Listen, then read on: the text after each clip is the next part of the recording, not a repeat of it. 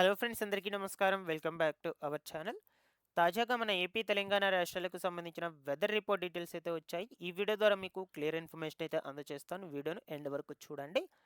ఈరోజు అనగా 22 అలాగే రేపు 23 ఈ 2 తారీఖుల్లో మన ఏపీ, తెలంగాణ రాష్ట్రాల్లో వాతావరణ పరిస్థితులు ఎటువంటివి ఎలా ఉంటాయి?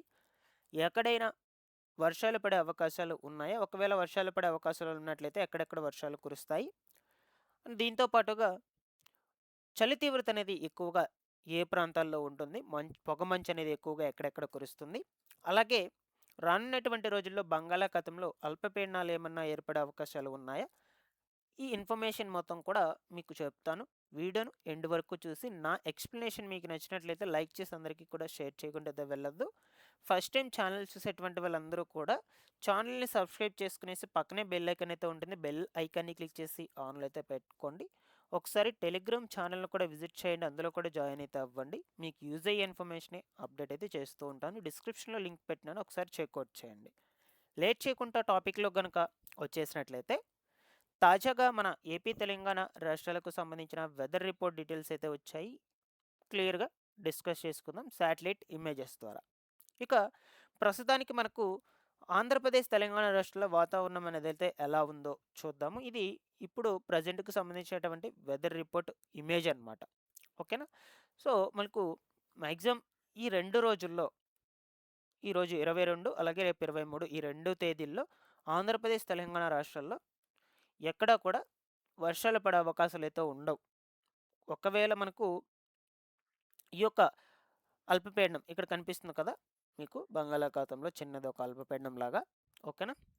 సో, ఈ అల్పపీడనం గనుక మనకు చెన్నైకి దగ్గరగా వచ్చినట్లయితే ఇలా కదులుకుంటూ సో, చెన్నైకి ఆనుకున్నటువంటి ప్రాంతాలకు ఖచ్చితంగా వర్షాలనేటువంటివి పడతాయి. అది కూడా లైట్ రెయినే. అంత హెవీ రెయిన్ కూడా కాదు. ఈ చెన్నైకి ఆనుకున్నటువంటి ప్రాంతాలనేటివి ఏమేమి ఉన్నాయి?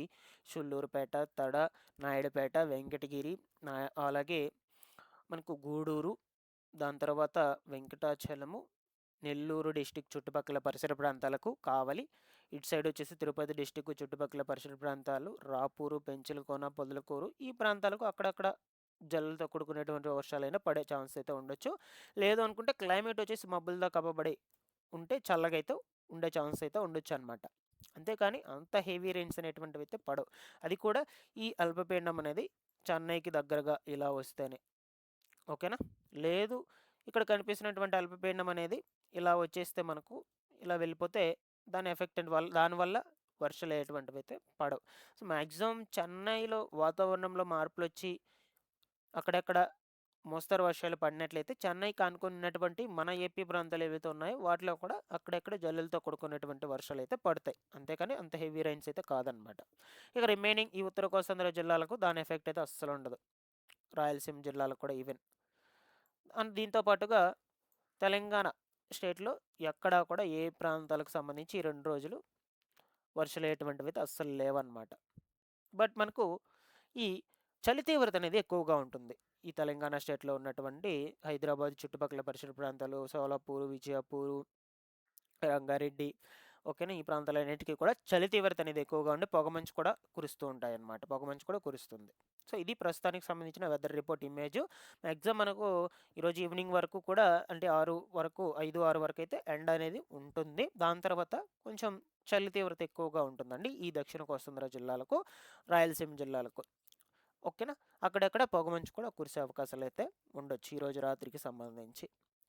నెక్స్టు ఇది మనకు రేపు అనగా 23వ తారీఖుకి సంబంధించినటువంటి వెదర్ రిపోర్ట్ ఇమేజ్. రేపు ఎర్లీ మార్నింగ్ చూద్దాం ఎలా ఉంటుంది వాతావరణం అనేది.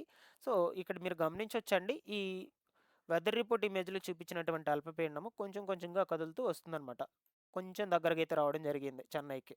సో, అందువల్ల మీకు చెప్పాను. చెన్నైకి దగ్గరగా వచ్చి చెన్నైలో వాతావరణంలో మార్పులొచ్చి వర్షాలు పడినట్లయితే అక్కడక్కడ దాని ఎఫెక్ట్ వల్ల మన ఏపీలో ఉన్నటువంటి దానికి ఆనుకున్నటువంటి ప్రాంతాలకు పడతాయని. ఇక రేపు ఉదయం కూడా మాక్సిమం ఈ దక్షిణ కోస్తాంధ్ర జిల్లాలు, అలాగే ఉత్తర కోస్తాంధ్ర, రాయలసీమ జిల్లాలకు కొంచెం చలి తీవ్రత ఎక్కువగా ఉంటుంది. చలి అనేది ఎక్కువగా ఉంటుంది. పొగమంచు లైట్‌గా ఉంటుందండి. బట్ మనకు తెలంగాణ స్టేట్‌లో ఈ హైదరాబాద్ చుట్టుపక్కల ప్రాంతాలన్నిటికీ కూడా చలి తీవ్రత ఎక్కువగా ఉండి పొగమంచు కూడా ఎక్కువగానే కురుస్తుందనమాట. ఇక్కడ మీకు కనిపిస్తుంది విజువల్స్ వైట్‌గా కమ్ముకొని ఉంది కదా! మొత్తం కూడా పొగలాగా. సో, అది పొగమంచు అనమాట. ఓకేనా? సో, ఇది రేపు ఎర్లీ మార్నింగ్‌కి సంబంధించినటువంటి వెదర్ రిపోర్ట్ ఇమేజ్. ఇక రేపు మధ్యాహ్నానికి చూద్దామండి. అంటే 23 తారీఖున మధ్యాహ్నానికి వాతావరణం అనేది ఎలా ఉంటుందో క్లియర్‌గా. ఇక్కడ చూడొచ్చు. మాక్సిమం మనకు ఈ దక్షిణ కోస్తాంధ్ర జిల్లాలు, అలాగే ఉత్తర కోస్తాంధ్ర జిల్లాలు, రాయలసీమ జిల్లాలన్నిటికీ కూడా ఎండ ఉంటుంది. ఎండ తీవ్రత అనేది కొంచెం అటు ఇటుగా అంత హెవీగా కాకపోయినా అటు ఇటుగా ఉంటుంది. బట్ చెన్నైకి ఆనుకున్నటువంటి ఈ కొన్ని ప్రాంతాలకి మాత్రం చల్లదనంగా అయితే ఉంటుంది క్లైమేట్ అనేది. మబ్బులతో కప్పబడి కొంచెం చల్లదనంగా ఉండే అవకాశం అయితే ఉండొచ్చు. ఎందుకంటే ఇది కొంచెం కొంచెంగా మనకు దగ్గరవుతుంది. ఈ అల్పపీడనం చెన్నైకి ఆనుకుని అయితే వస్తుందనమాట. రేపు మధ్యాహ్నం, సాయంత్రానికల్లా చూడొచ్చు మీరు. అందువల్ల చెప్తున్నాను. ఇక రిమైనింగ్ ఈ తెలంగాణ స్టేట్‌లో వీటన్నిటికి కూడా రేపు మధ్యాహ్నం నుండి కూడా ఎండ అనేది కొంచెం ఎక్కువగానే ఉండే అవకాశాలైతే ఉండొచ్చనమాట. ఓకేనా? ఇక రేపు నైట్ సంగతి చూద్దామండి. ఎలా ఉంటుంది వాతావరణం. అంటే రేపు అనగా 23 తారీఖున. సో, రేపు నైట్‌కి సంబంధించి ఇక్కడ చూడొచ్చు ఇక్కడి దాకైతే వచ్చేసింది ఈ అల్పపీడనం అనేది. బట్ వర్షాలయ్యేటువంటివైతే స్టార్ట్ అవ్వలా ఇంకా. ఓకేనా? ఇది కొంచెం దగ్గరగా వచ్చింది అంతే కానీ వర్షాలయ్యేటువంటివి స్టార్ట్ అవ్వలేదు.